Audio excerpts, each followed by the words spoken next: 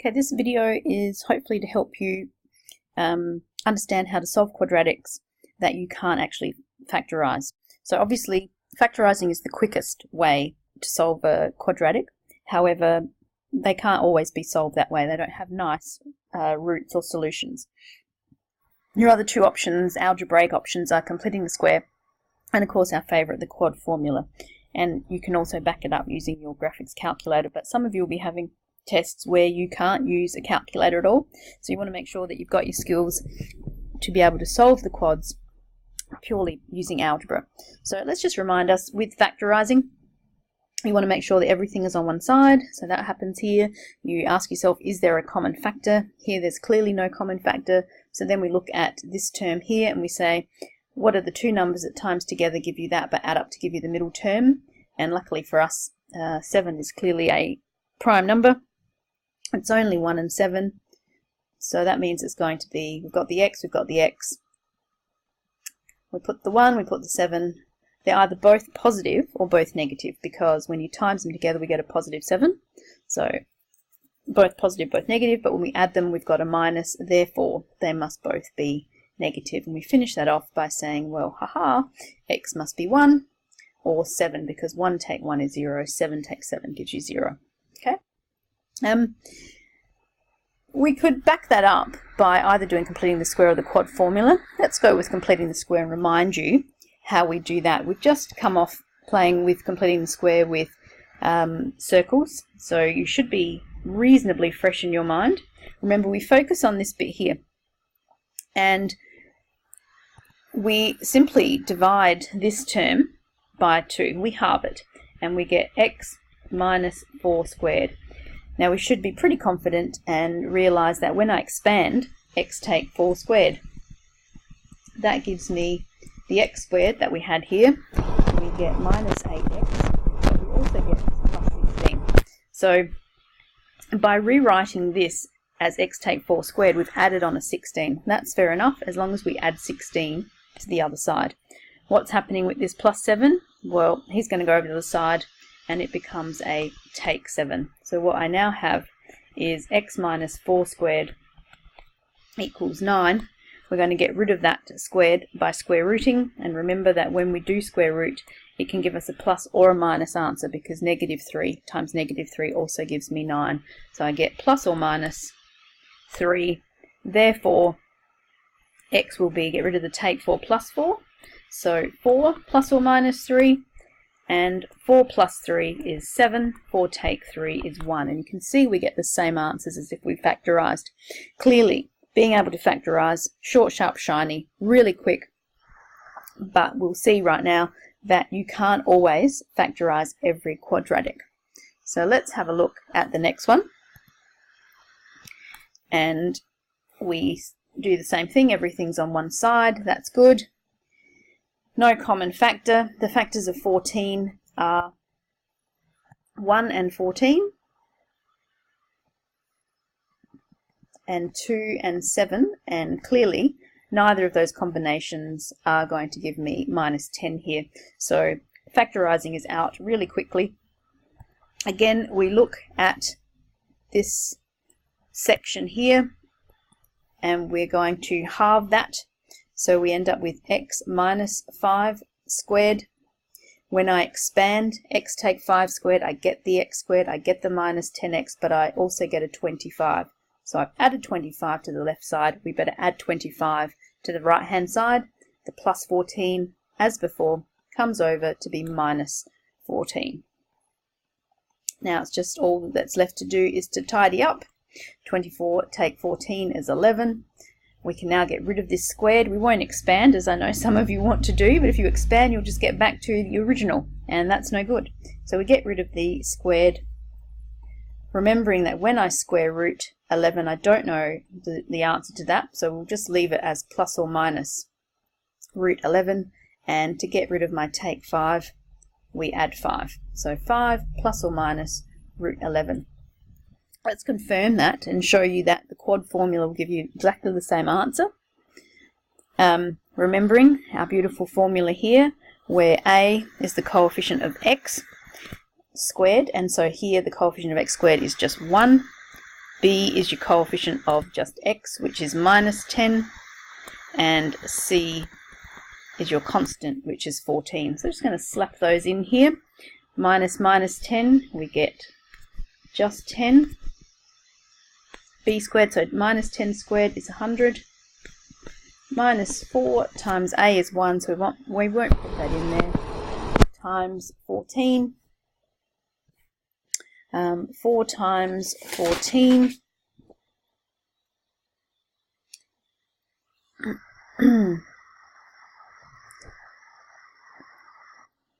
Okay, and divide by 2. So 100 take 56 is 44. All over 2. Now, we're going to simplify this, reminding you that yes, if you pop that into your graphics calculator, it'll pump out a simplified surd for you, but keeping in mind you might not have a calculator for some of your tests, so remind yourself, how do we simplify surd? Well, you ask yourself, what square numbers go into 44? And the square numbers, remember, are the ones you know the square roots of. So we're considering 4, 9, 16, 25, you get the gist, and so on and so forth. The bigger they get, the more ridiculous it will be that they go in. Clearly it's 4 here, so I hope you all agree that it's root 4 times root 11. That gives me root 44, and the reason we do this is because square root of 4 is 2, so that simplifies to be 2 root 11. So I've got 10 plus or minus 2 root 11 all over 2, and if I divide each of these terms now by 2, 10 divided by 2 is 5, plus or minus 2 divided by 2 is 1, I get 1 root 11, and you can see we get the same answer. So some people prefer to go with completing the square because you can see it's a bit shorter. Some people prefer the quadratic formula because it is just that, it's a formula that you just slap your answers into. Let's have a look at ones where we have a coefficient in front of the x squared. So things might get a little bit more complicated. Also, when our term in front of the x is an odd number, you get fractions, and you're dealing with fractions with completing the square. Now, some of you might be absolutely fine with fractions, but I guess it does open the door to more errors. Anyway, so what do we do with this one? My tip is we're going to get rid of this 2. So if we just divide everything through by 2, we will end up with x squared plus 4x plus 7 over 2 equals 0. And as before, we will focus on this bit here. And we say, okay, well, we halve that. So that's x plus 2 all squared. If I expand this, I get the x squared, I get the 4x, but I also get a 4. So that needs to be added to the other side, and then we have to take away the 7 over 2. We tidy up, we've got x plus 2 squared. So 4 take 3.5, which leaves us with a half. Can now get rid of the squared by square rooting. When we square root a fraction, we square root the top and the bottom. And square root of 1 is just 1, so I end up with plus or minus 1 over root 2. Therefore, x will be minus 2 plus or minus 1 on root 2. Could leave it like that. You might check with answers in the back of the book and so forth that politeness doesn't actually allow you, or shouldn't let you leave the square root at the bottom. So it's pretty easy to get rid of that. You just times by root 2, and obviously what we do to the bottom, we do to the top. So I end up with minus 2 plus or minus 1 times root 2 is root 2, and root 2 times root 2 is 2. So believe it or not, that is a nicer way to leave it than that. Let's confirm that we'd get the same answer using the quad formula. So go through again. So A is 2, B is 8, C is 7. I mean, you don't have to write this down. I recommend it helps sometimes, especially in the test or when you're working from textbook. You've got numbers all over the place. So you write it down, you're not mistaking or combining part A with part B and so on, because we know that happens. So here we go, minus 8 plus or minus b squared, so 64, take 4 times 2 is 12, times 7, 4 times 2 times 7, all over 2 times a, so 2 2s are 4. We get minus 8 plus or minus 4 2s are 8, 8 7s are 56, so that becomes root 8 all over 4. And as we did before with simplifying a third, what's the biggest square number that goes into 8? Once again it's 4, so it's 4 times 2, root 4 times root 2, square root of 4 is 2. And we've got minus 8 plus or minus 2 root 2 over 4. And so just a reminder too, by the way, you're not allowed to go, oh well look, 4 goes into 8 and 8 here. You can't divide the 4 with this square root. You've got to actually simplify the square root first. Now I can look at the 8, the 2 and the 4 here, so the 2 in front of the square root, and all of those can be divisible by 2, and that's what I'll do. So that becomes minus 4 plus or minus 2 divided by 2 is 1. So that's root 2 over 2. Oops, and I wrote 4. Sorry about that. So that's minus 8 divided by 4 is 2. It's getting late. And we can see that that's the same as the answer there. We just tidy that up, because that's one of the things that I tell my students about, is to make sure that you write it properly, because that looked like it was dividing by the whole thing then.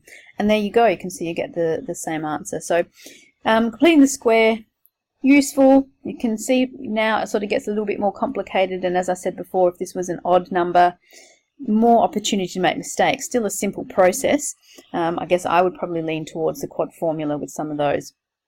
It's up to you, but you should be able to practice both methods and be able to solve by your choice. Okay, so hope that helps. Give it a go. Practice makes perfect. Good luck. Just before we sign off, just to remind you how you can check with your calculator. So if you wanted to check that, we go into our equation down here. You could graph it and then solve the roots, but this is probably easier, so we go to polynomial. It's a degree 2, and you would just put your coefficients in. So it was 2x squared, so you pop in the 2 plus 8x, then put in the 7, and you can either press solve or enter, and you can check that that is the same answer that we got. Okay, because 4 divided by 2 was the minus 2, take root 2. So hopefully that helps, and you'll be able to solve like a genius. All the best.